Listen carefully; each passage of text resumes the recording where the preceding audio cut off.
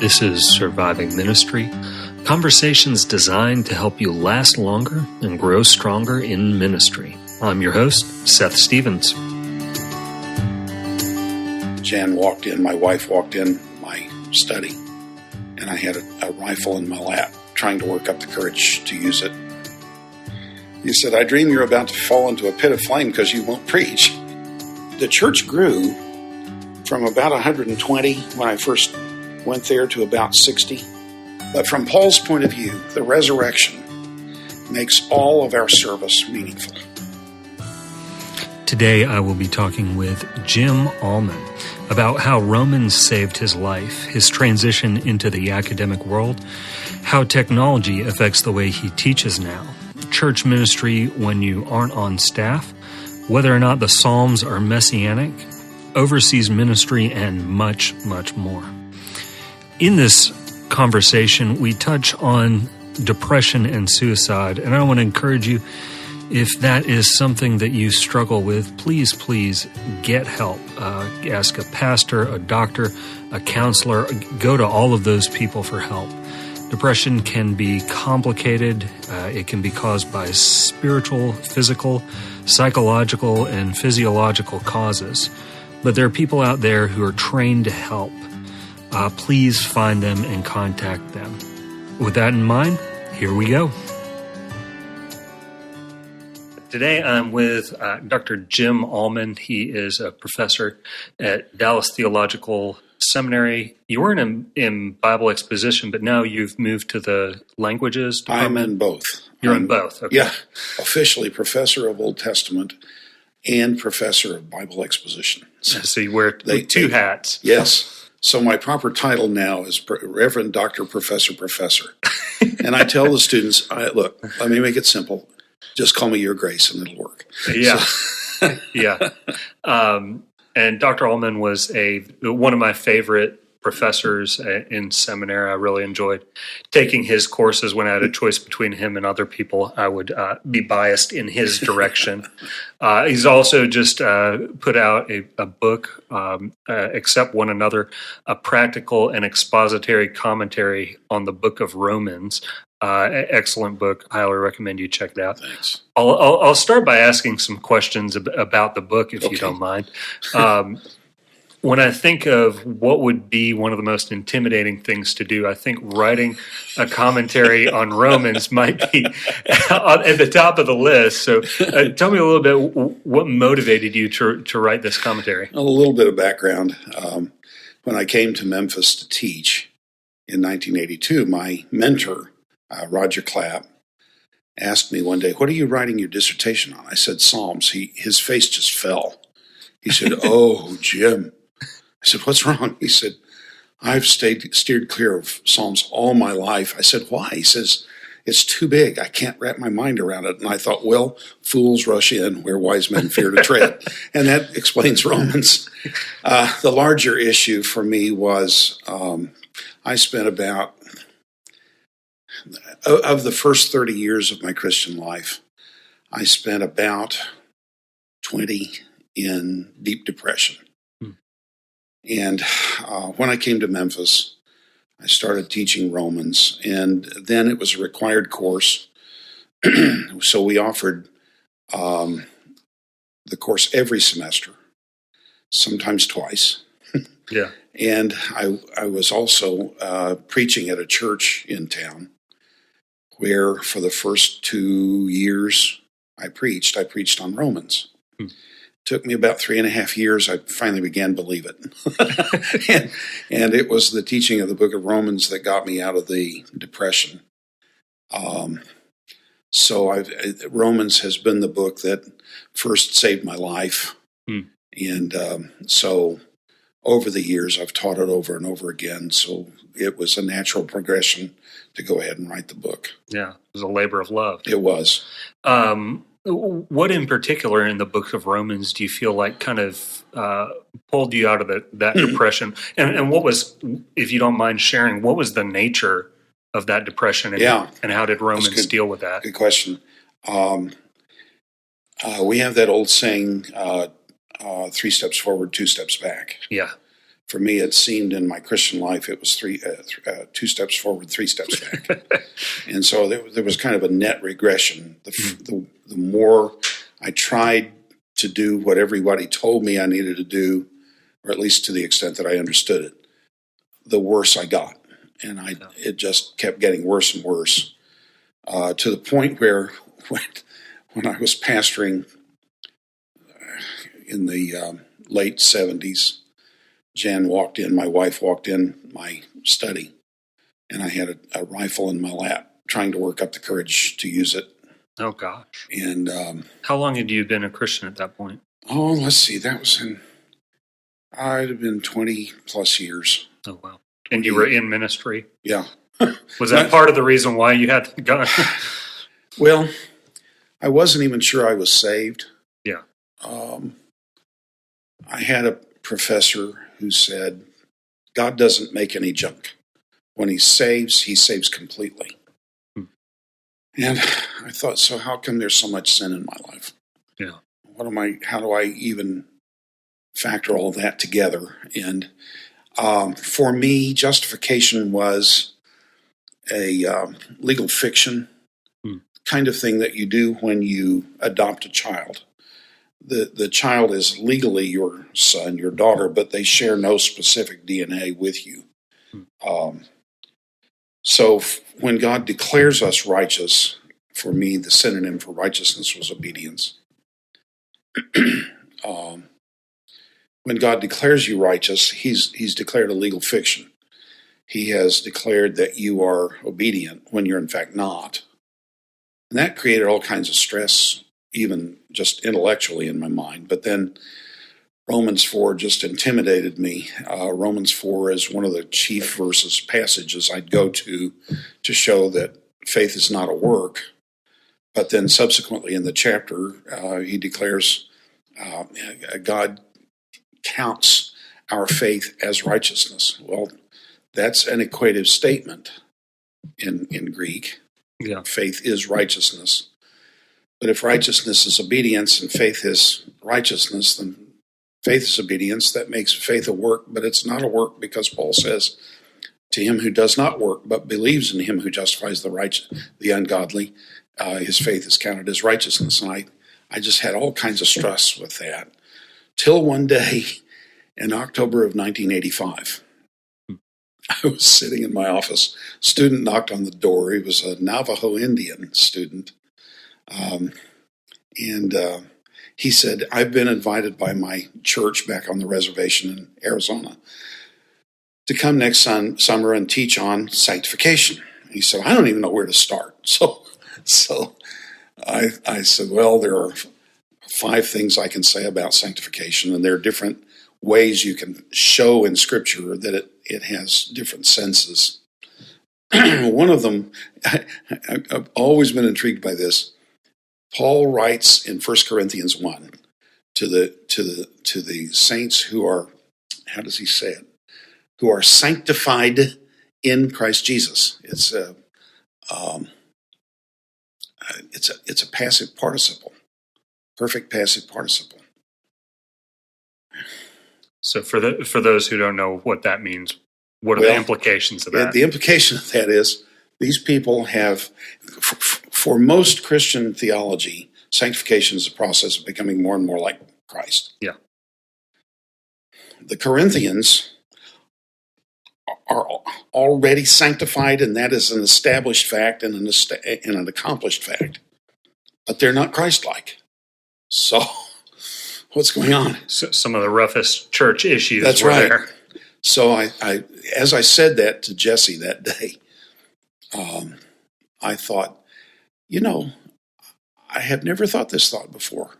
If God says something is true, it's true. His word creates new reality. Genesis 1. Isn't it interesting that the Bible starts with Genesis 1? Yeah. Where he establishes the efficacy of his word. And if he says something is true, it's my job to reconstruct my concept of reality in light of what he says. Oh my goodness. And then I thought, well, if he justifies us and he calls us righteous, he cannot affirm a falsehood.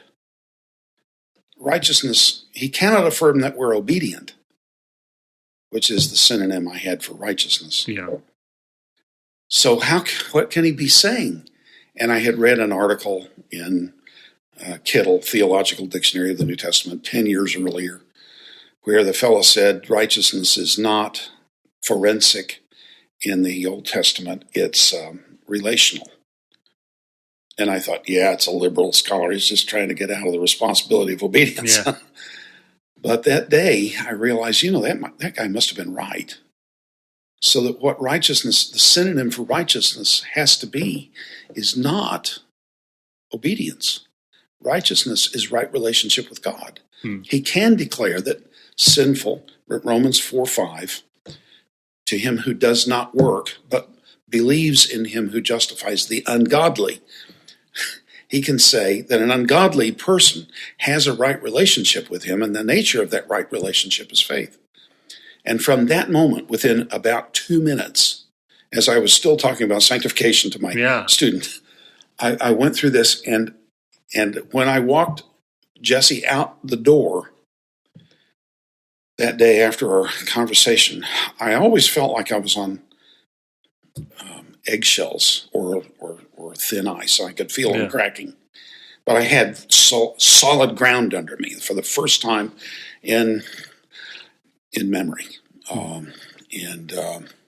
That the next 2 years were some of the most fruitful years in my thinking about Scripture that I ever experienced. So in a way, Romans kind of liberated you from similar to Luther, liberated you from a works-based righteousness. I mean, you abstractly knew that you were saved by faith, but in your understanding of righteousness, you kept coming to the conclusion that faith has to be a work. So, that's fascinating. So the definitions I had were improper, and that led to improper conclusions, and thus this life that I was living. So when did that revelation occur, did you say? That was in October of 1985. 85, okay. And so I've now lived as a Christian longer by 3 years than I lived under law as a Christian. So tell us a little bit about your journey of faith, first of all, and then your journey into ministry a little bit after that. Well, the Lord saved me, I think, when I was 7. That time in the pastorate, when I wasn't even sure I was saved, one morning I was so depressed. It was 3 a.m, Sunday morning. I had no sermon. I didn't know what I was going to do that morning. But for the first time, Romans 5:8 really began to function for me. God doesn't save righteous people. He only saves sinners. What I've learned subsequently is when I find out how sinful I am, that's no surprise to God. He knew all along. It's a surprise to me. Yeah, we're as self-righteous creatures. We're shocked by that. That's right. He's not. But that means then that he only saves sinners. And when I demonstrate that I'm a sinner, it's only proof that I'm a valid object of the saving grace of God. It's not an indication that I'm lost. It's an indication that I'm a legitimate recipient. I think it was Groucho Marx, the famous theologian, the great theologian. Yes, surely a Calvinist. He said, "I would never be a member of any organization that would have me as a member." Yeah. Well, I think it was a club. I'd never become a member of any club that would accept it. So here I am, completely unqualified, but that's what qualifies me. So between 1955 and 1985, elementary school, high school, my mother was a huge spiritual impact on me. She had a couple of sermons that she preached over and over again. Got weary of them, but they were important things.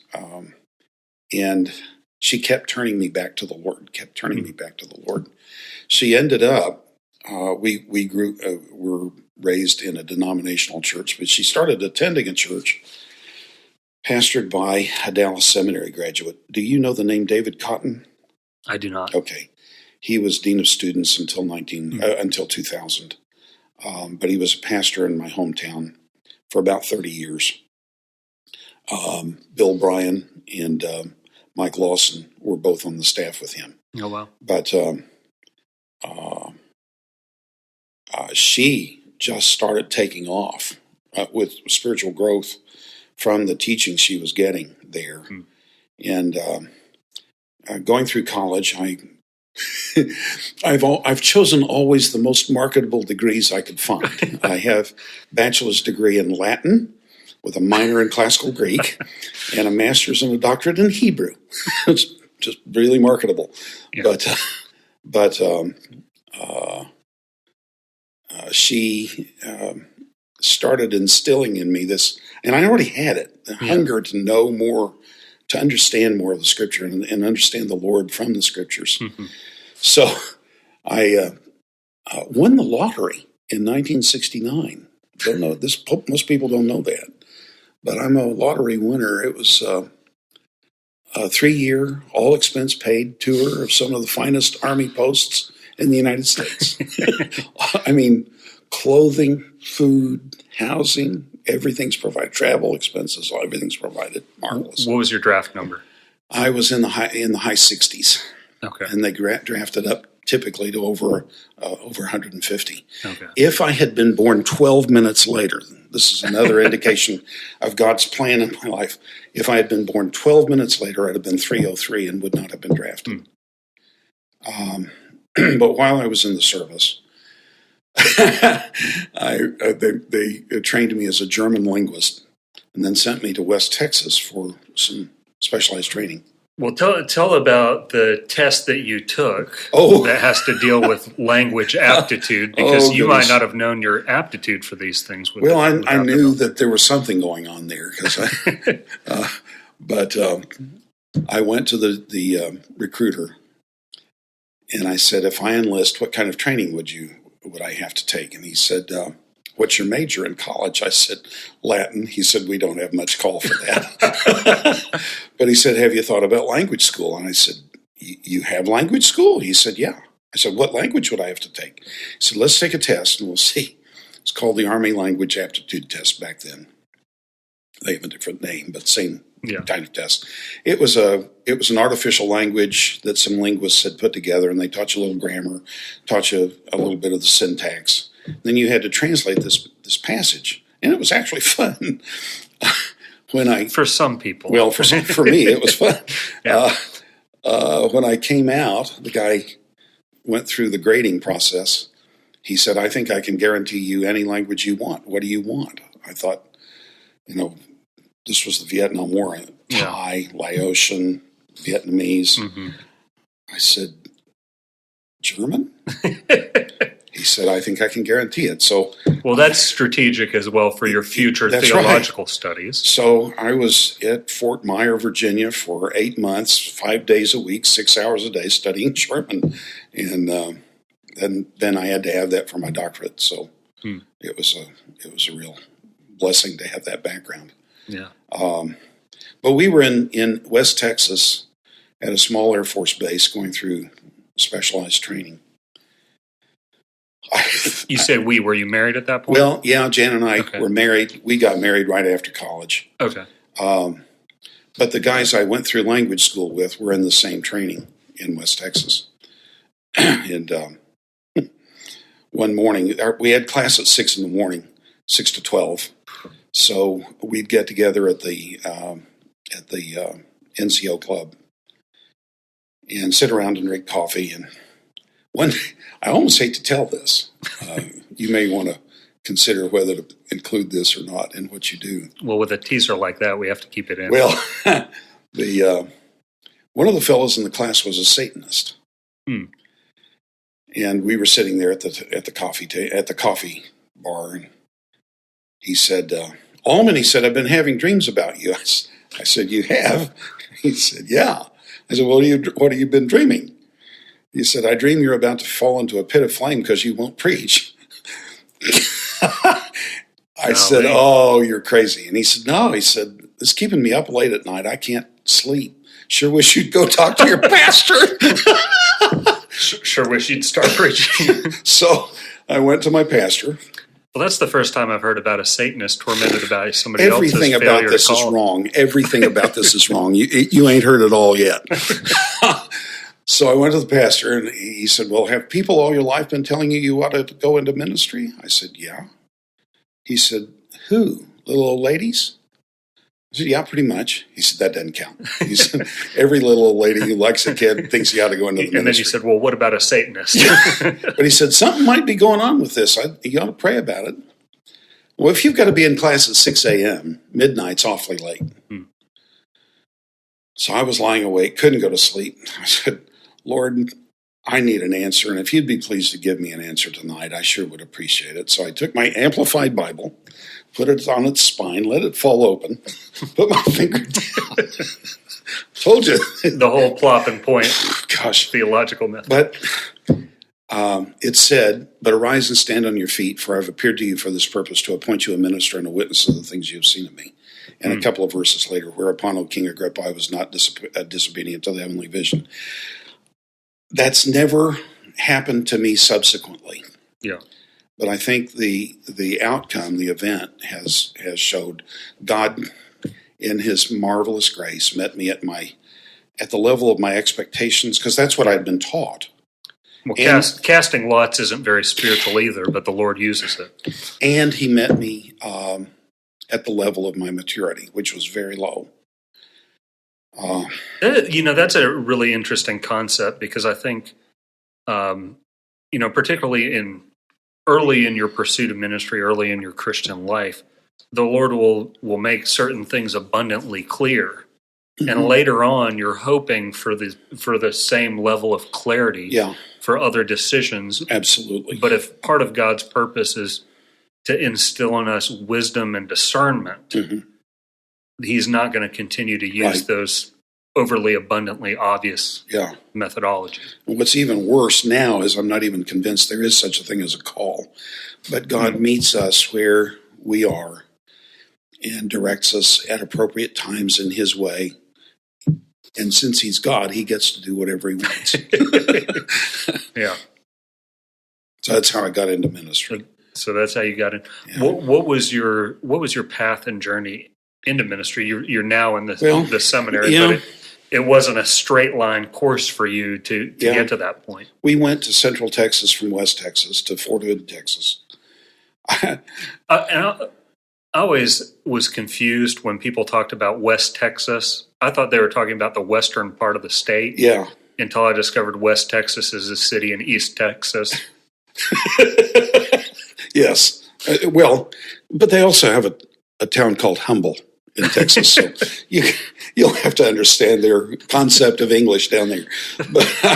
But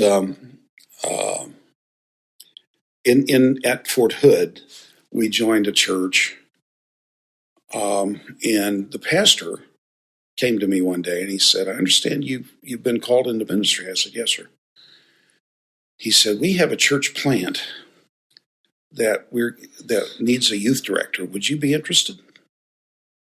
And I said, "Well, yes." So I served 2 years as a youth director at Pershing Park Baptist Church in Killeen, Texas. And then when I got out of the service, went to Dallas Seminary. What was the experience as a youth pastor like for you? It was good, which is surprising because I really hate parties. And it's gotten worse over the years. Yeah. But we had a good ministry there. It was a strong ministry, one of the larger youth ministries in Killeen, which wasn't saying a whole lot, but but it was. We'd have 60, 80 kids in a small church, and had a good ministry for a couple of years there. Oh, great! And then came to Dallas. My inclination was to go to Dallas. I'd had more Greek than my denominational seminary offered. So I wanted to go to Dallas. And your mom had also been fed by some Dallas guys. Yeah, that's Did that right. influence the decision as well? Oh, enormously. Okay. My parents are divorced, and my dad said to me several years ago, you know, your mother manipulated you into going to Dallas Seminary. I said, I wasn't aware of that. He said, oh, she has ways of manipulating you don't know anything about. So years later, Mother and I were going, our families were going to Colorado on a vacation together. Mm-hmm. And I said something about what my dad had said. She laughed. She said, I didn't try to manipulate you, but your stepfather did. I said, how did he do that? She said, do you remember getting all those tapes from the church in Oklahoma City? I said, yes. She said, my stepfather's name was Otis. Otis said, if he can't tell the difference between what his denominational seminary will give him and what Dallas Seminary will give him, he deserves whatever he gets. Well, it just sharpened, because they had Walford and they had Ryrie and they had Hendricks and they had Campbell and, Pentecost. Everybody who was anybody. In fact, anybody on the evangelical map went through that church at one time or another, and we got the tapes regularly. Mm-hmm. So there was just not really any choice for me but Dallas. And so ended up there in THM.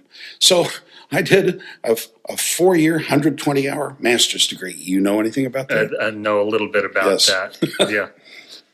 I tell people it's like an MDiv, but on steroids.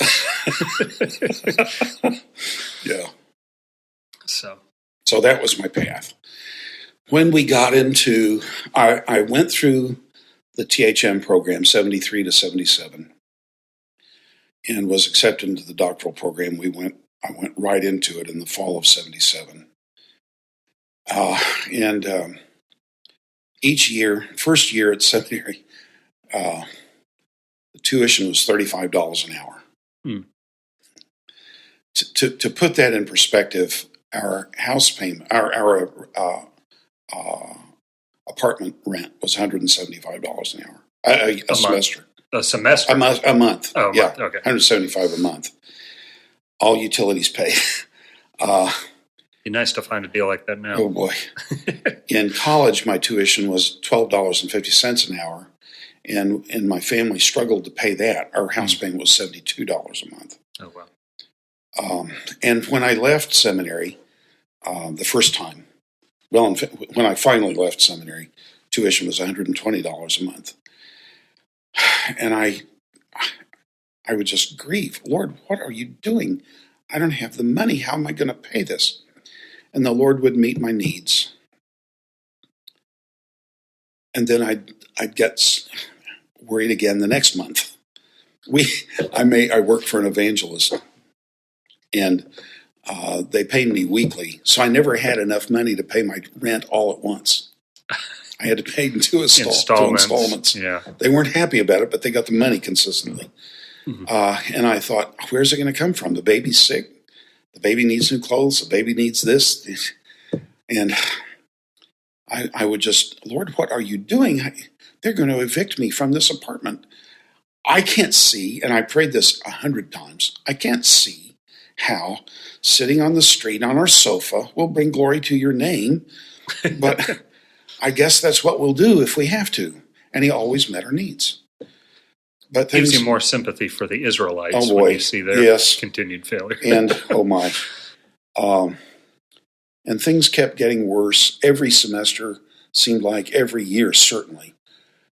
Things got worse and worse. Is this as you were getting your doctorate? Master's degree. Or this is the master's degree, okay. And then I got into the doctorate, and things got really bad. I was working, can't remember. I worked part-time at a college in Memphis in the first year of my doctorate, teaching a course now and again. Yeah. But I lost that position. And I didn't know what I was going to do. I was 6 weeks without... Were you commuting to Memphis to teach course? I live in Memphis in my mind. Okay. Dallas is where I visit. Oh, so it was in Dallas where we... Okay. I'm sorry. I was going to say, that's an 8-hour commute. Yeah, it is. So I lost that job, and I was 6 weeks without work. Mm-hmm. Finally got a job painting houses, which I abhor. We've been in the same house for 18 years. I've painted nothing in it for 18 years. But started painting houses. And we had 3 children by that time, 2 more. And things were getting really bad. How so? We moved from our apartment to a house, rental house. Didn't have a refrigerator. Gosh. I bought a used refrigerator and rented a pickup truck to move it. When you do that, you can frequently damage the compressor. I did. So we couldn't keep milk overnight. And our youngest, who's mother of 4 now, was beginning, we didn't know this until later, to suffer from the first stages of malnutrition. Oh, gosh. Oh, it was getting bad. Baby was crying all the time. And Jen and I were arguing all the time. So the family life was starting to suffer a lot. It was horrible. The one thing about painting that was good was I was away from home. And as it turned out, this was something illustrating a point that Howard Hendricks used to make. There's no such thing as a spiritual blowout. There's always been a slow leak. Looking back in subsequent years, I realized that I had been ignoring my family. I didn't realize it. The kind of culminating point one day was sitting in the student lounge with a fellow student, doctoral student. Yeah. Gordon. He's been a pastor up in Michigan for all these years. I said, Gordon, I don't know what's going on. I don't understand what the Lord's doing. I said, always before, He's provided our needs. I'm not talking about curtains for the windows. I'm talking about food for the children. That's a need. He's not even supplying our needs now. I don't understand why. What's going on? Well, he said, I know what. I know what's happening. I said, well, how do you know what's happening? His wife had lupus. And that's a bad thing. She was a certified kindergarten teacher with lupus. You can't be around children and you can't be out in the sun. She lives in North Texas. Oh, gosh. Is that why they moved to Michigan afterwards? Probably. Get away from the sun. So his wife couldn't get out. And we had one car. I was painting, so I had to have it. Jan was home with 3 children under the age of, this was 78, so under the age of 7. And Jan and his wife, Tammy, developed a telephone relationship. Jan would pour out her heart to Tammy. Tammy would tell Gordon. Now Gordon's going to tell me. I said, well, what's going on? He said, do you want me to tell you the truth or do you want me to make it easy on you? I said, well, tell me the truth. He said, you're killing your wife and you don't even know it. When she tries to tell you what's going on, you won't listen.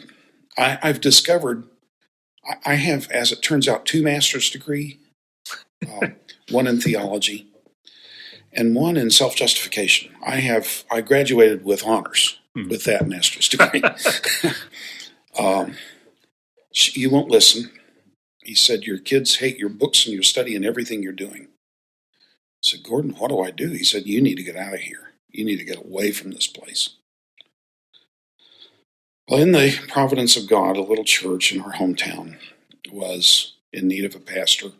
I'm sure that the request came into the administration of the seminary, and that's how they got my name. I can't figure it out any other way they'd have gotten my name. And how far into the doctoral program? This is my 3rd semester in the doctoral program. Okay. I did half of the doctoral program, over half, in 3 semesters. The other, less than a half, I did in 4. You had to be ignoring your family quite a bit if you did half in 3 semesters. My day was like this in the master's program. We lived in west of DFW Airport. The seminary is in downtown Dallas, or just east of downtown Dallas. And it was 25 miles to school. We'd get up, especially in the early years, we would take our daughter to daycare. I would take my wife to work because at that time we had one car. Mm-hmm. Then I would drive to the seminary, sometimes getting there not knowing what route I had taken or whether I had stopped at any stoplights we had every class day, we had 8 o'clock classes. And I was there from 8 till about 3 every day. And then I would go back over where my wife worked. I had a job working a block or so from where she worked as a church secretary. So she would walk over and get the car, and when she got off work, go get the baby from daycare, go home, fix dinner, clean the baby up. 8 o'clock, it was 4 o'clock when I went to work, and I'd get off normally about 8 o'clock. So she'd pick me up at 8. We'd go home. I'd eat dinner at 9 o'clock. I'd start studying and study till midnight, 1 o'clock, and then get up and do the same thing the next day. And I went through summer school every summer, the 3 summers in between first, second, third, fourth years. It's a brutal existence. So I'd essentially been ignoring my family for 5.5 years by this time that Gordon was telling me this. So we left and went to this little church. Its name was Grace Bible Church. Scares me now to death. If you tell me you're a pastor of Grace Bible Church, I'm pretty sure you don't know anything about grace. I don't want to pastor Friendship, Fellowship, Faith Bible Church, Corinth Bible Church. That I would pastor. But maybe they won't know anything about divisiveness. Maybe. So you're saying they just think those things are names? I don't know how they think. Mm-hmm. But I started, mind you, I didn't know what grace was either. But I started preaching on grace, and people got mad. This was still before your yes revelatory this was moment. 78 to 80. Okay. Yeah. I'd preach on grace, and people got mad at me. Why would they get mad? At Grace Bible Church. Why would they get mad? Yeah. Maybe they don't understand sin, so I started preaching on sin, and they got mad at me. Maybe they don't understand sin because they don't understand the character of God. So I started preaching on the character of God, and then they didn't get mad at me again. But, really? Yeah. We stayed there about 20 months. It was the very early spring or the late winter of 1980. We had no elders. The previous pastor had told the people that the elders were not qualified to be elders. Effectively, nobody but he was qualified to be an elder. And I'm not sure Gabriel would actually be qualified. Michael maybe, but maybe not Gabriel.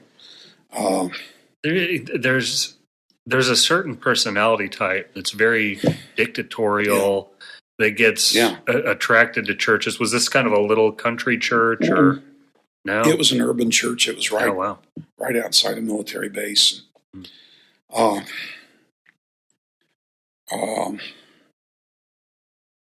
Did he leave of his own volition, or was he kicked out? I don't know. Okay. I never have. I didn't even think to ask the question back then. But we went through a process of identifying elders. And at the late winter, early spring of 80, we had settled on 3 elders, another guy named Jim, a guy named George, and then me. What was interesting was the church grew from about 120 when I first went there to about 60 over that 18 months. And inverse growth. Yeah. And they didn't just go to different churches. They moved out of state. I mean, people just left entirely. It was astonishing. This other guy named Jim was the bedrock. I knew we had to have him on the elder committee because George and I were both very compliant kinds of persons. Jim had some steel in his backbone, and he could hold us, and we could work together and arrive at some good leadership. But he moved away, and that left George and me, and I knew we weren't going to make it. So I went to my wife and I said, Jan, I can paint houses, and I hate painting houses. I can pastor, but you see how well I've done here. Or I can go back and get my doctorate. Would you let me go back and get my doctorate? I don't think she took a breath. She said, under no circumstance will I ever go back to Dallas Seminary. That was the worst period of our marriage for me. I thought, what am I going to do? Well, things kept getting worse at the church. And a few weeks later, I went back and I said, honey, you see what's happening here. I can pastor, I can paint, or I can go back to seminary. Will you let me go back and finish my doctorate? She said, under two conditions, I'll go back. I said, what are the two conditions? She said, I wanted I wanted a night every week that you spend with the children. You can't have any books, no notes, no 3x5 cards. You can't be memorizing anything. You have to do what they want to do. Well, the heaviest of the courses that I had in the program was a 2-hour course on ancient Near Eastern history, 9 textbooks, a 40-page paper, and collateral reading in the library. A night a week. I gulped and I said, what's the other condition? And that was the worst course. Most of them weren't as bad as that, but what's the other condition? She said, I want a night every week for myself too.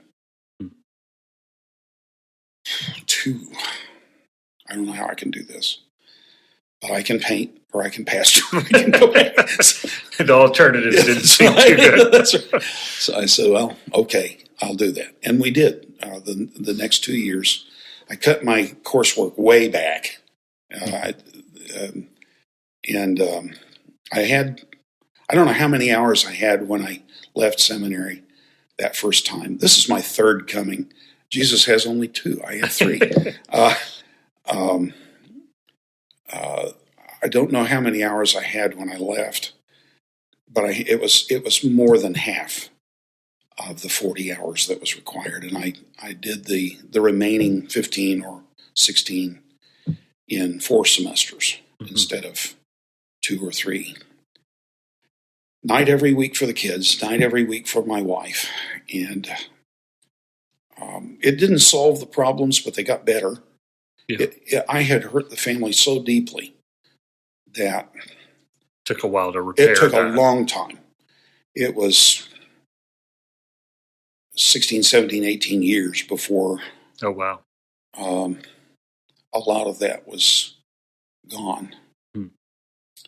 And I had just hurt them that deeply. I'm thankful my children love me now. But I can't believe how deeply I had hurt them. So we went back, and the remarkable thing is my grades went up. And I tell this to students at the seminary. I said, I'm not offering this as a means of raising your grade point average. What I'm saying is there are priorities that are higher than a grade in any course. If you get a Master of Theology degree and lose your family, what have you got? What's the use of it? So I tell them, I give them a specific strategy for earning a B or even a C in class, because I tell them, you can get an A on one assignment, know that you can do it, but you'll keep your priorities right. You keep your relationships sound. And I also add in ministry. Yeah. You need to have a ministry. What are you doing at seminary without a ministry? So if you want to work for a C in a 3-hour course, you will write one paper. And if you make an A on the paper, I'll give you a C+, but you'll also have kept your priorities right. And as I tell them at the end of every course, except Hebrew, I haven't figured out how to do this for Hebrew, but I tell them at the end of every course, you're going to get a grade. You kind of know where your grade is now. You know enough of what you've been making up through the semester. You know generally where you're going to end up. But it doesn't matter, because in 10 years you won't remember what you made in this course, and nobody else will care. What really matters is standing before Jesus at the judgment seat of Christ. Is he going to ask you right up front what your GPA was? Or is he going to ask about your ministry and your family and the fruit that the Word of God has borne in your life? So keep those as the priorities. Enjoy the grade if you can. Thank God for the grade if you must. But keep your priorities right. At least maybe I can have a little fruit that comes from the failure that I had in the past. Yeah. And I appreciate your honesty, sharing those difficulties and sharing those struggles. That was one of the things that was encouraging going through your courses, is the vulnerability you show, because a lot of times, particularly in pastoral ministry, people put up a veneer. Mm-hmm. It's seminary as well. People just have these polished veneers that aren't real, that aren't true to life. They're just projections of what they think a pastor should be, or what the ideal Christian life should be. So I always appreciated that in your classes. I appreciated the emphasis on not making an idol out of your grades going through. And in fact, it might have been, I'm not sure if it was spurred by what you said, but there was one point at a semester where I had a lot of courses. I was just kind of struggling and frustrated. And I kind of reprioritized, because it was like if I had a big project in one class due soon, I would focus on that, and then kind of Greek and some other classes that required continuous care started suffering. And I changed my priority, and I said, these are the classes I really care about, of the 5 courses I was taking or whatever. These 2 I really care about. These other 3 are not as high a priority. Mm-hmm. So I'm going to do the small assignments for these courses I care a lot about before I do the large and important assignments for these other classes I don't care about. Yeah. And it kind of revitalized me, just that little reprioritization, because I was living more in line with my values. Sure. And I think what you said about, value your family more than your grades, value your ministry more than your grades, and certainly value your relationship with God more than your grades. But I think sometimes people think there's a direct correspondence between those and their grades, and when you're in seminary, grades can become the end-all be-all. When I first came as a student, they had just gone through accreditation, and they'd done a survey of the graduates. They asked them, what did you get? I'm sorry, let's see. How much do you use Greek and Hebrew in your sermon preparation? This was back in 1973, when, I don't remember, we had 5 required Greek courses and 4 required Hebrew courses. Still do have 4. There may have been 6 required Greek courses back then. So how much do you use Greek and Hebrew in the preparation of your sermons? Less than half said they ever used it. Then they, later on in the survey, it's nice to keep these kinds of questions separate. Yeah. Later on, they said, "What did you get too much of? Got too much Greek and Hebrew." Well, if they got too much, they would be able to use it. Yeah. One of my Greek profs in that 1973 class said they didn't get too much; they got too little. Said if you're having to spend more than 5 minutes parsing a verb, you don't have time to do that in a busy pastorate. You got to be able to read it in order to be able to use it. And so keeping your priorities right is always the right thing.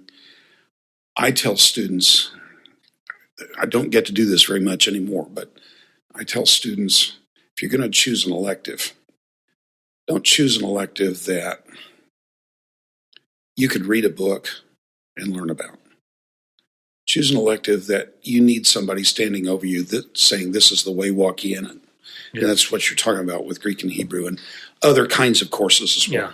My dad gave me similar advice when I was going into seminary. I was kind of asking about, well, what should I focus on? What should I study?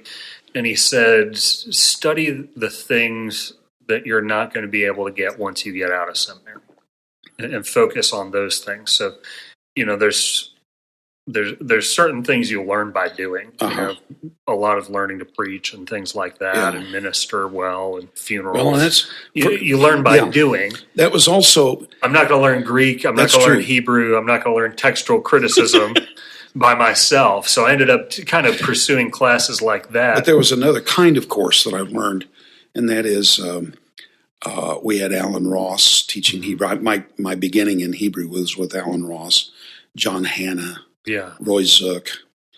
I wanted everything they offered. Mm-hmm. And if there's a prof who is just remarkable, that you can't get that kind of influence from a book, then that's another kind of elective to take. But and that influenced a lot where I went to seminary is look at the professors, who's there, what do they have to offer. Now, if you had somebdy who was going into ministry, and they're well, first of all, you may want to warn them about certain things. Yeah. But you mentioned the difficulty with family. How would you advise them to protect these things that you say are important, both in academics and in ministry? In pastoring, I don't know. I don't know how to tell them. Okay. An awful lot of churches have unrealistic expectations about what a pastor ought to be and do. I was on a pulpit committee years ago here in Memphis, and we were talking about, what are going to be the responsibilities of the new pastor? And people started naming things, and I was keeping track of all of them. I said, wait a minute, I got a question. How many hours a week do you expect this guy to function? There are 168 hours in a week. How much time is he going to spend on his pastoral ministry? One of the men was an executive, and he said, well, I ought to spend at least 60 hours a week. Okay, 60 hours a week. Does that include Sunday morning and Sunday evening? No, it doesn't. Wait a minute. He's going to spend 60 hours a week, and it doesn't include Sunday morning and Sunday evening? No. He said he ought to be here as much as any committed layman would be. Well, I knew this guy. He had a lake house down at whatever the lake is down southeast of Dallas, of Memphis. Pickwick. Yeah. He had a lake house down at Pickwick. And I said, you feel free on a Sunday to take, you're a committed layman. You feel free to take off and go to the lake house on a given Sunday. Yeah. Can the pastor do that? No. That doesn't make any sense. Then we started parceling out. What percentage of time do you expect this guy to spend on this and this and this? And it was coming out to be something like 140% of the 60 hours. Churches have unrealistic expectations of pastors. The mentor that I had here told me one day, he said, watch when you go into a hospital, a visitation room or sitting room, and people are there, people from your church, and their loved one is in the room, and they're not sure what's going to happen with this person. You walk in, he said, watch them. He said they will physically relax. You'll see their shoulders. They're tense. You'll see their shoulders go down. they'll take a deep breath because the pastor's here. He's in touch with God. Now things are going to be okay. But they're in touch with God too. We think that somehow the pastor, another moment for possible editing. I don't think there's even any evidence biblically for the office of pastor. It's a gift, but not an office. It's a gift, but not an office. The offices are elder and deacon. But the elders don't seem to think of themselves as ministers of the church. They seem to think, many elders, not all, obviously, thank God, but many elders think of themselves as the bosses and the staff work for them. Executives. Yeah. So they don't believe in equipping the saints for the work of the ministry. Yeah. They believe that's the pastor's job. Yeah. I can't say anything much more general than that, but often when you're walking into a pastoral position, you're walking into a position where you're guaranteed to fail. You're the lightning rod of all the criticism in the church. I was a youth director for a while, and people criticized me, and it was hard. Yeah. Pastor there said, you've got to be thick-skinned and soft-hearted, thick-skinned and soft-hearted. Yeah. How do you do that? I don't know. I still don't know. Yeah. That's actually something Sandy mentioned in our previous interview. Yeah. So he said, but you won't know what this criticism is like until you're a pastor. Well, I got it then when I pastored that little church. You got to be prepared for that. You got to be prepared for spending an awful lot more time on administration than on Bible study, prayer, and specific spiritual ministry to people. You're gonna have to be in committee meetings, and you're gonna have to be in board meetings, and you got to know that's a part of the deal. Now you ended up in an academic ministry. What type of are there certain personality traits? Are there certain things about you that you feel like I just fit better in this? And what are those things? And if you're advising somebody who's trying to decide between the two, what are the traits and characteristics you look for? Well, teaching can be hard work. And one of our professors was new. Eugene Merrill was a new prof when I was a student at the seminary. He said the first 5 years at any institution are murder. And boy, is he right. My first 5 years at Dallas were just terrible. I'd have left at the drop of a hat if I could have. But you were in academic ministry before that. You were Memphis, teaching in Memphis at a Bible college there. But you see, I was a big fish in a small pond there. Then you became a small fish in a big pond. In a huge pond. Yeah.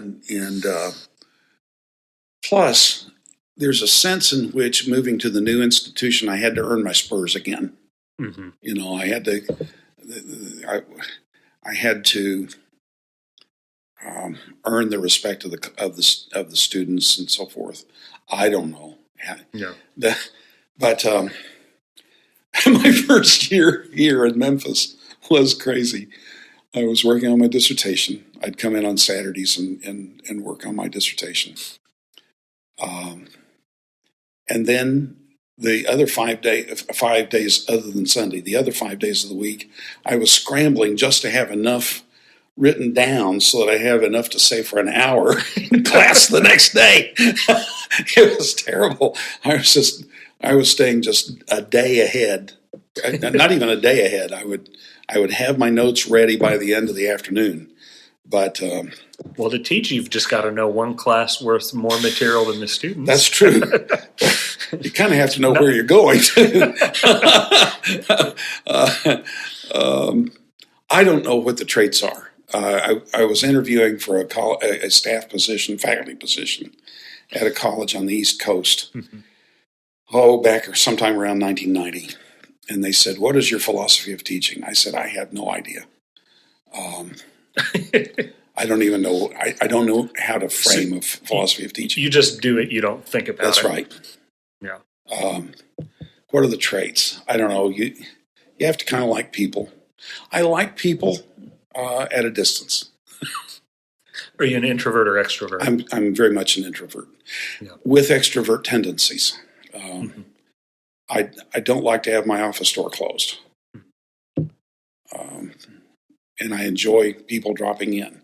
Yeah, but I need some time when I'm alone so I can recharge. I think there's certain advantages to being an introvert in both teaching and pastoral ministry, and I'm also an introvert, and I love. It's like part of my job is to wrestle with the deep things of God and then to present those treasures to the people of God. Yeah.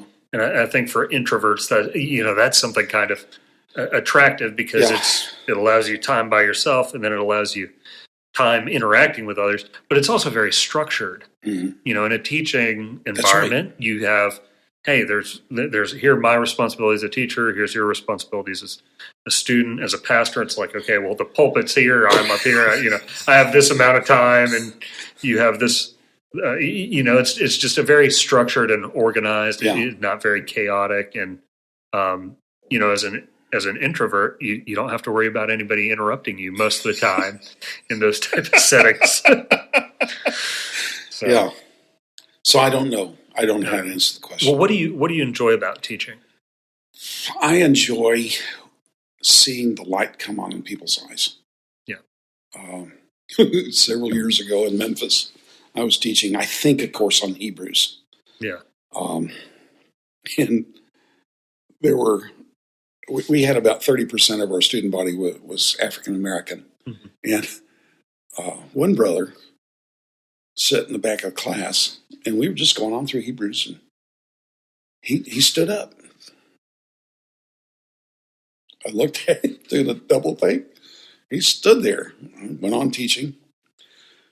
After a bit, another brother got up. He headed to the back door, or toward the door of the classroom. I thought, well, he's probably needs to step out for a minute. He'll be back. But he got to the door and turned around to walk back across. Then he walked across again, and he walked back across. He's pacing the back of the classroom. He and I were friends, and I said to him after the class, what was going on? He said, we couldn't sit still. We had to do something. We just had to. Yeah. And I love it when the light comes on. This is why I don't like teaching Hebrew as much as I do teaching Bible, because the light. So few lights come on. The light never comes on in Hebrew. That is way too personal. I am not sure how I passed Hebrew, but I don't think the light ever came on in Hebrew for me. I kept trying, but for a spark to catch, there's got to be some fuel to catch it. I don't think I had enough fuel for it. Well, I'm teaching 4th semester Hebrew this spring. Looking forward to that, because I think I actually know something about this part of the Hebrew course, because it's focusing on Psalms. So great. Having done my dissertation on Psalms, I think I have something to offer. I'm not sure that I have anything to offer in the other 3 semesters. Yeah. So what's something about the Psalms that not everybody knows, or that's you've found really insightful for understanding the Psalms as a whole? One course that really lit a fire under me was taught by S. Lewis Johnson, Jr. It was the use of the Old Testament and the New. And that. Did he write a book with the same title? Yes, very, very brief. It was a series of lectures that he did at a college. But I got fascinated with that, and it's remained a kind of passion for me all these years. And one of the things that you face when you're studying that is, how do the New Testament writers use the Old Testament? Are they being fair with the Old Testament context? And sometimes they use it in ways you'd be uncomfortable to. Well, yeah, and I have decided that from my point of view, a key hermeneutical issue is going to be, I've found that the authors tend to know the Old Testament better than I do. So I should trust their interpretation, but then figure out how they got where they are. Mm-hmm. And so it's trying to discover their process of how do they interpret the Old Testament. Yeah.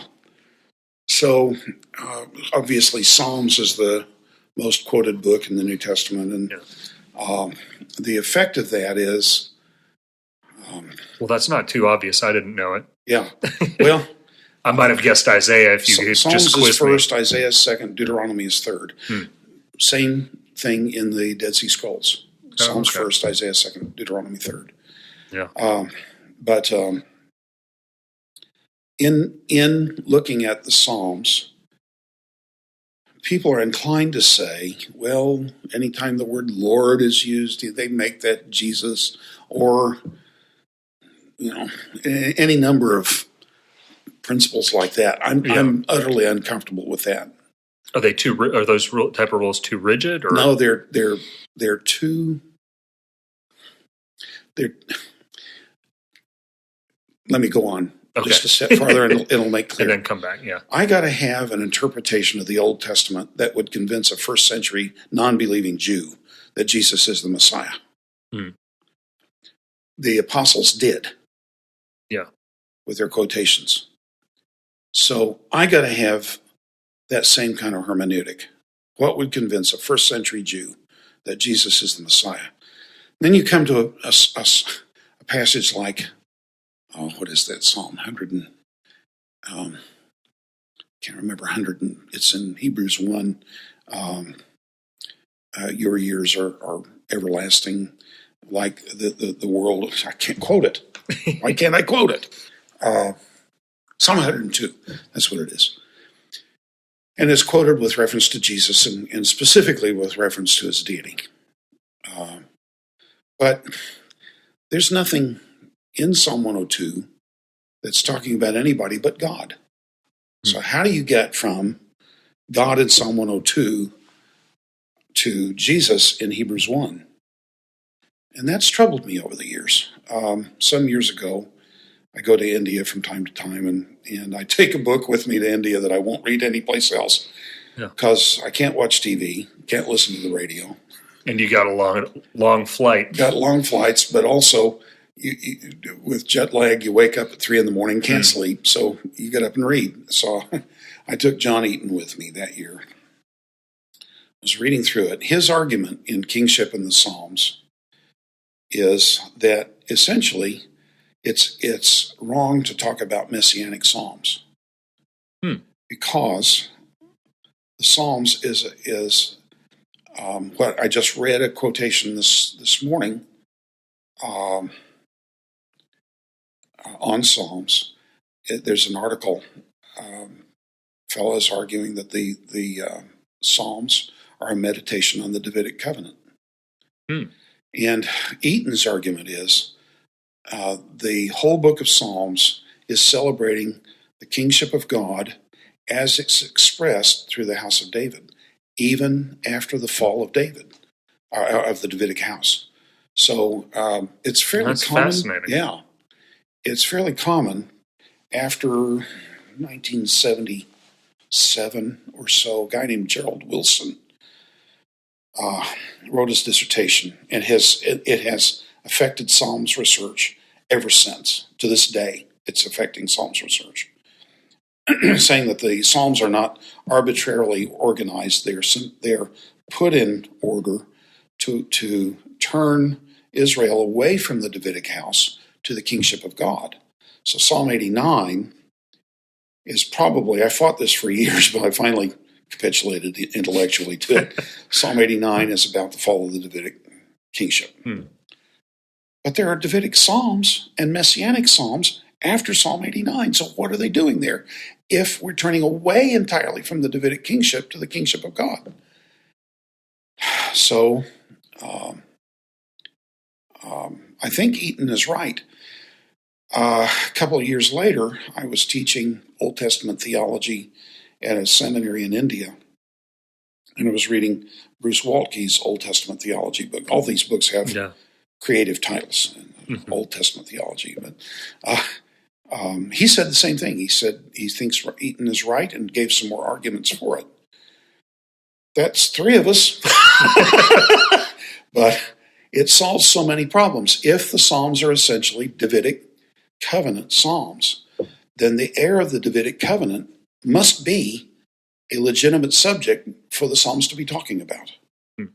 And so when God is ruling on earth, Psalm 102, and he is the everlasting one who's ruling over a very ephemeral creation, then the person who's in view, since God in Psalms rules through the Davidic house, he's ruling through the one who is the heir of David. Now, why hasn't there been an heir of David between Jehoiakim in 597 BC and the first century? Because there was no qualified heir. Jesus is qualified heir. We're waiting for him. He's seated at the right hand of God, waiting for his enemies to be placed as the footstool under his feet.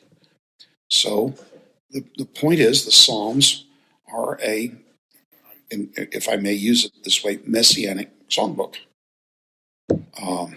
And that just revolutionized everything for me. It opens up so much. Yeah. So a big issue in Old Testament studies these days is... So you started out with, I want to make sure I trace the line. You said at one point that it's not messianic, but now you're saying it is a messianic songbook. Yeah. Well, what people will say is that Psalm 102 is not messianic.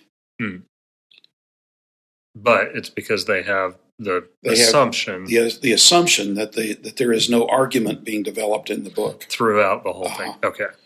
So with Gerald Wilson's work, this has turned the whole direction of Psalms research. So people used to kind of look at one psalm and say, okay, this one's messianic, this one isn't. It's not. Rather than looking at the argument of the right and the composition of the whole. So if on a doctoral oral comprehensive exam, I may say to a student, give me some messianic psalms, well, Psalm 2, Psalm 18, Psalm 22, Psalm 45, Psalm whatever. But that's no longer a legitimate question if this is a proper way of reasoning about Psalms. Yeah, that does change a lot. So one of the areas that Old Testament study is really emphasizing in these days is, especially among evangelicals, is how do I preach Christ from the Old Testament? Well, Psalms has now opened up for that. In one way or another, Jesus is the subject, is the ultimate referent of every psalm. There may be a historical referent in whatever century the psalm is written, but whatever is divinely true about any Davidic king is true about the Davidic king, Jesus. I'm going to make a kind of abrupt change in topic, but I know it's something you're interested in. When it comes to, both pastoral and theological and academic training, there's been a lot that's happened with technology that's kind of opening up a lot of new doors and opportunities. I know you're a bit of a hobbyist in this area, so I was just curious. What do you think some of the best tools out there are for education and through technology and things like that? I cut my teeth on accordance. Yeah. Loved accordance. I still use it for a lot of reasons. Mm-hmm. But I got introduced to Logos Bible software a few years ago. Now it's my right arm. I don't know what I'd do without it. What are the advantages of these resources, just for people who don't know about them? It has a vast bibliography, almost for the average Bible student. Essentially, every book you will want is available on Logos. I have 13,000 modules on Logos, and those are the ones I have left on the system. I've taken 2,000 or 3,000 off. Yeah. Because I don't use them. Mm-hmm. Logos is intimidating when you first get it, and I had to go through some training. And it was like It's almost too much information when you kind of Well, first open it up. knowing how to get at stuff, what the use of anything is. Yeah. I went through about a 4-hour training session, and suddenly the thing opened up, and there is not a day I'm not in Logos. This morning I woke up at 3:50. Is that a late or early morning for you? That was a very early morning. Recently, I've been doing better on sleep lately. Yeah. But I keep the computer under my bed. It's a laptop.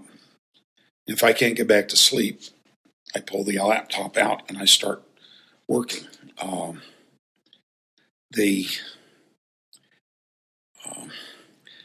The ability to put together information is just incredible, and to preserve it so that you can retrieve it, is astonishing.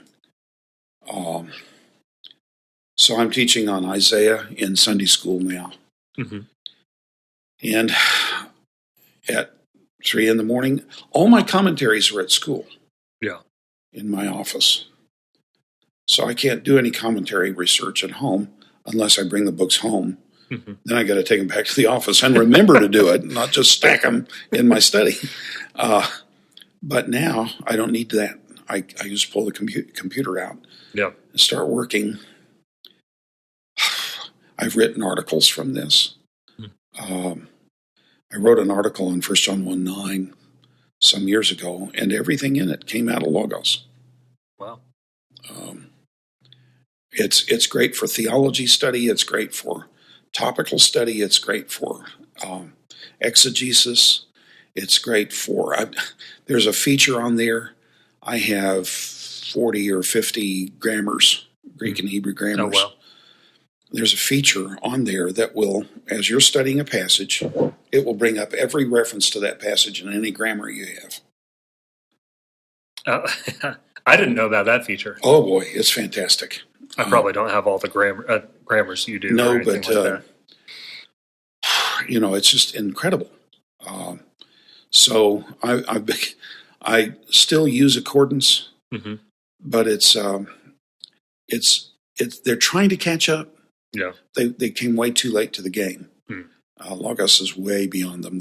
I was looking at the product page on Logos. They now offer over 29,000 modules in sets. And a module would be like a books or things like that. Yeah. How can I explain this? Alan Ross's grammar, his commentary on Psalms is a 1-volume commentary, but they've divided it into 2 modules. One of them is the Bible text as he's translated it, and the other is the commentary. So you put them in parallel and tie them to each other, and you go verse by verse in the text, and you go verse by verse in the commentary along with it, along with your Hebrew Bible if you know Hebrew. So how do you even think about this? It's fantastic. I teach beginning Hebrew with Logos. It's I just think of how many libraries you can just fit in one computer now, and the linking and stuff like that. Well, the former pastor at First Evan, when he left, he took his library. Obviously, took his library with him, and at that time he was reputed to have 10,000 volumes. I've got 13,000 on my computer, and that doesn't count what I have on accordance. Yeah. See, so I can cross-reference or open up. That's right.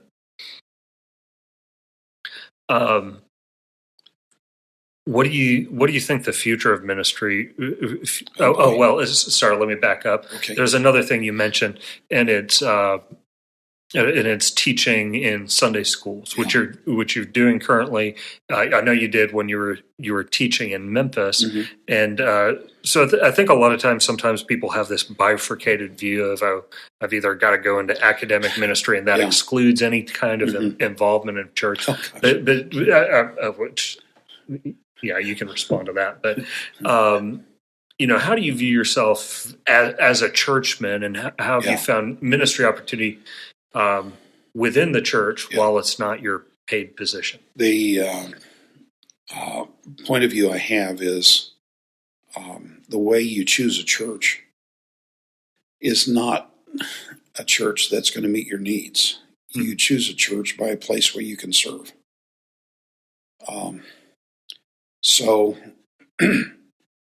I look, if I'm at a point where I need to go to a new church, as when we moved to Dallas, we went to a church, and it's a church that in a lot of ways I would fit very well in.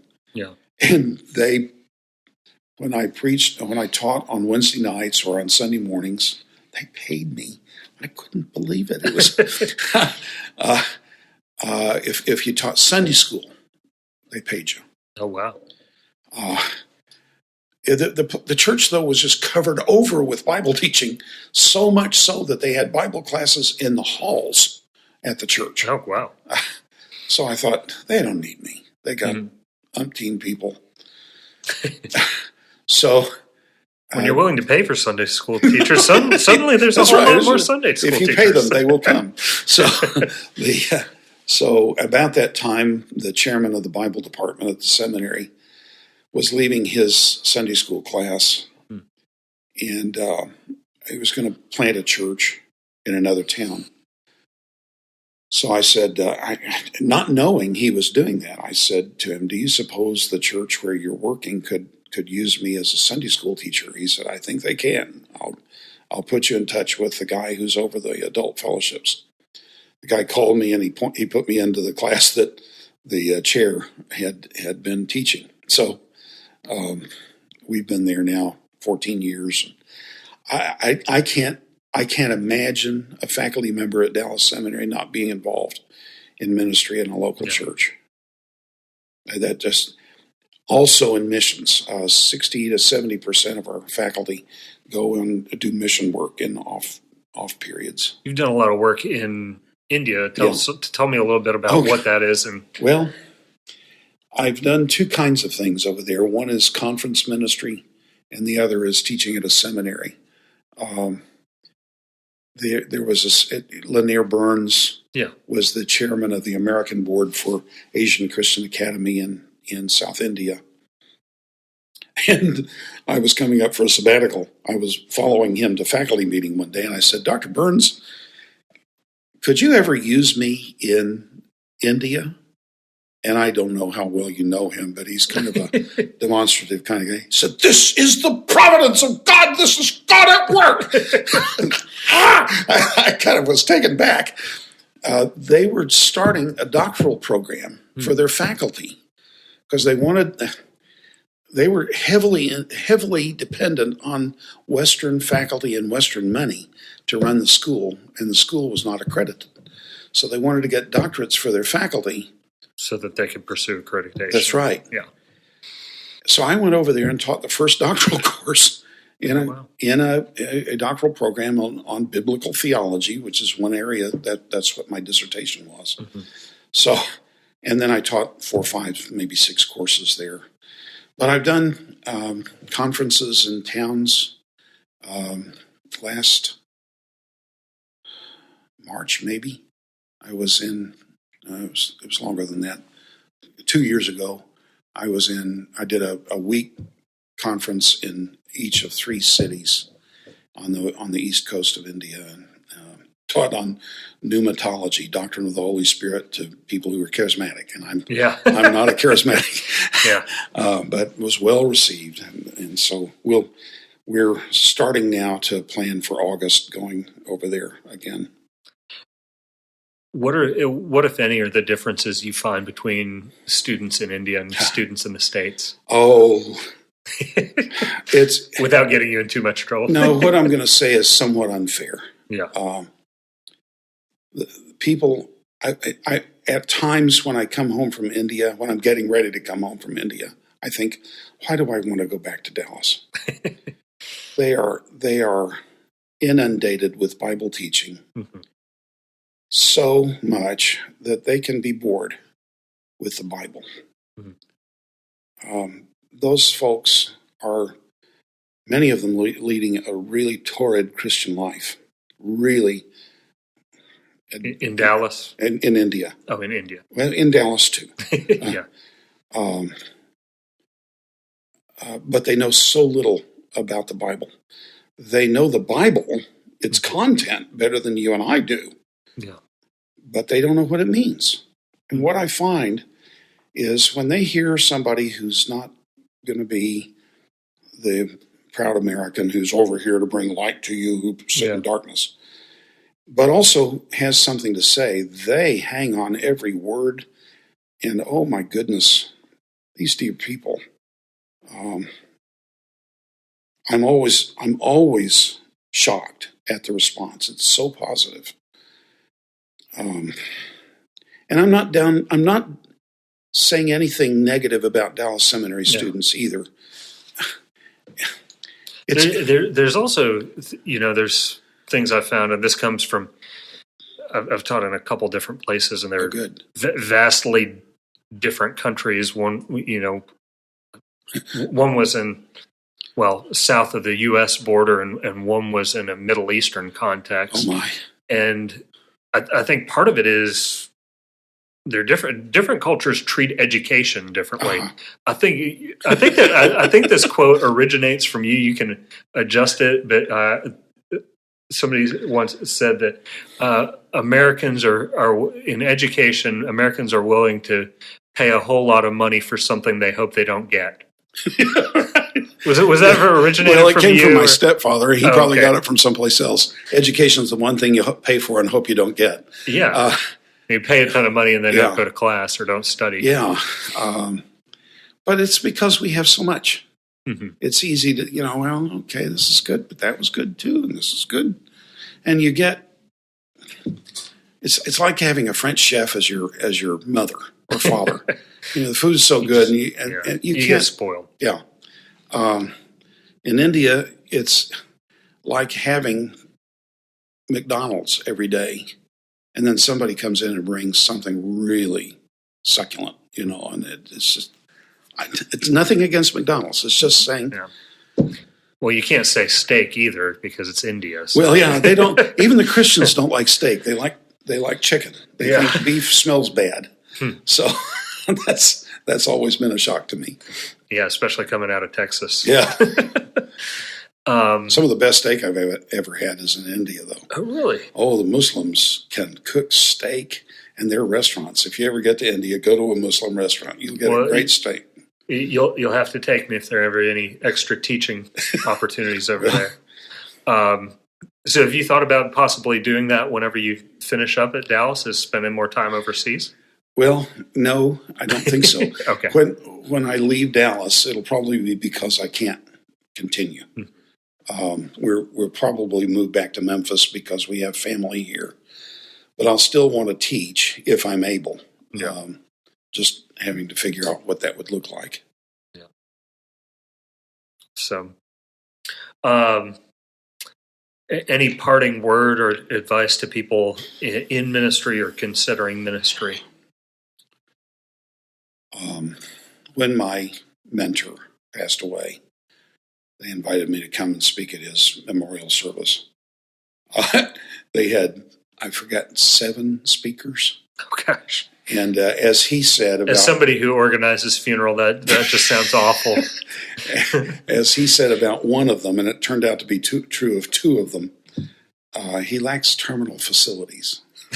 It doesn't know when to stop. That's right. So I was, I think, number 7, and I was supposed to give a sermon.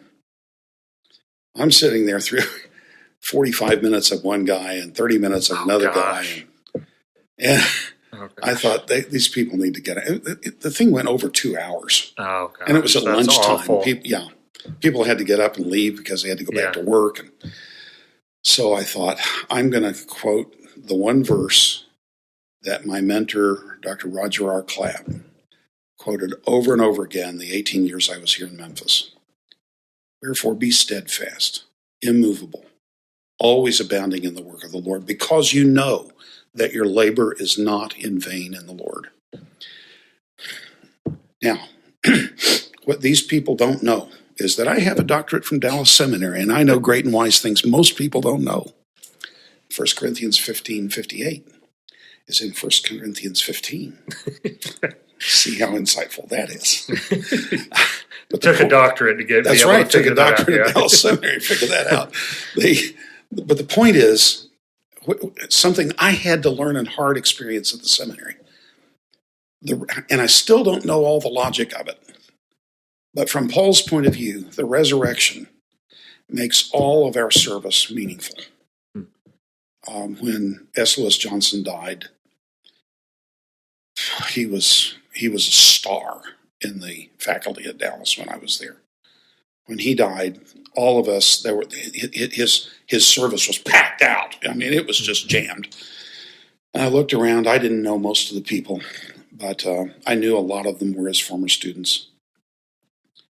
And I thought all of us wanted at least 5 books from him. Wanted a really extensive book on use of the Old Testament and the New. And he always said, if you understand John, Romans, the Hebrews, and Revelation, you will essentially understand the theology of the New Testament. So we wanted those 5. And one more. He was actually working on a systematic theology when he passed away. And as I sat there, I thought, he didn't publish anything but that little thin book on use of the Old Testament and the New. What a loss. And all of us would have wanted his books, but I know myself, I would have bought them. And they would sit on the shelf, and I'd probably never read them. I'd consult them from time to time, but never read through the book. And they'd be on the shelf in the library, but nobody will ever check them out because nobody now knows who S. Lewis Johnson was. So what good is it? All that learning that he had. He was kind of a Renaissance man. And then I thought, no, it's not a loss because he served us and we're serving the next generation. He said to us one day in class, my goal for you men is that by the time you reach my age, you will know more than I. But lest you become puffed up and arrogant in your knowledge. By then I will be in heaven and I will know more than you. But there's a lot to that. The goal of a teacher should be to help the students get up on his shoulders so that they can reach higher and farther than he can. Because others have put me up on their shoulders and I've been able to reach farther and higher than they could. So that means I can't be very arrogant because I depend on too many behind me. And yet I'm pouring into lives that are going to touch people who knows how long. Yeah. And so be steadfast, the resurrection. Be steadfast, immovable, always abounding in the work of the Lord. For you know that your labor is not in vain in the Lord. God leaves nothing of our service fruitless. He always rewards it with everlasting fruit. I don't know it now. I don't know what it is now, but I'm convinced the Scripture has said so. I got to live my life that way. That's a good word. Jim, thanks so much for sitting down and speaking with us. Thanks for giving me this opportunity. Well, hey, maybe this will be passed on to other people we don't know about. So, again, thanks so much. Okay. I really enjoyed it. Appreciate you so much. Thank you. If this podcast has been encouraging to you, we'd love to hear from you. Drop us a line at survivingministrypodcast@gmail.com. Until next time, congratulations, you survived this podcast.